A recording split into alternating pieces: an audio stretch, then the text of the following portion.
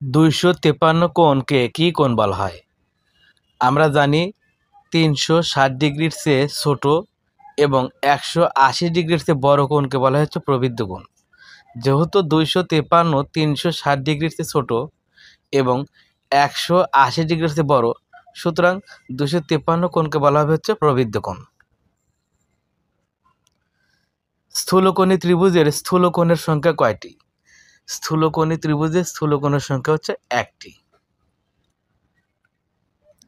যে ত্রিভুজের 3টি কোণ সমান তাকে কি ধরনের ত্রিভুজ বলা হয়? উত্তর হচ্ছে সূক্ষ্মকোণী ত্রিভুজ বলা হয়। সমকোণী ত্রিভুজের কোণটি বৃহত্তম বাহু? উত্তর হচ্ছে অতিভুজ বৃহত্তর বাহু। বিষমবাহু ত্রিভুজের 3টি বাহু অসমান।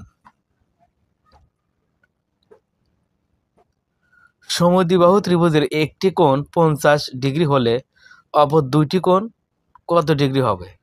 আমরা জানি ত্রিভুজের 3 কোণের সমষ্টি হচ্ছে 180 ডিগ্রি।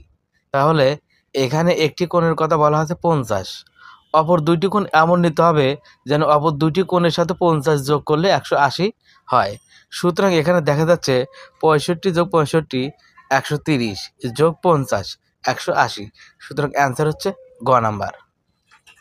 সমকোণী ত্রিভুজের সমকোণ সংলগ্ন বাহুদ্বয় যথাক্রমে 3 ও 4 হলে অতিভুজ কত?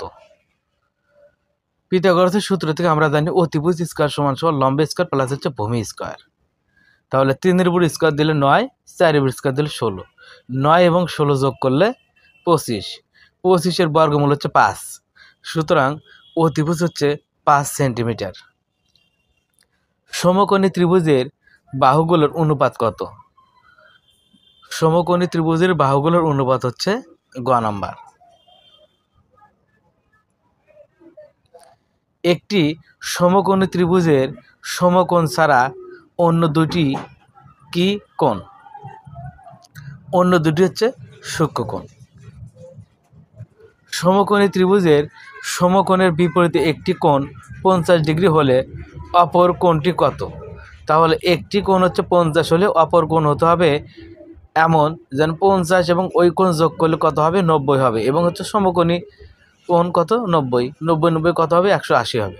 সুতরাং অ্যান্সার হবে হচ্ছে 40।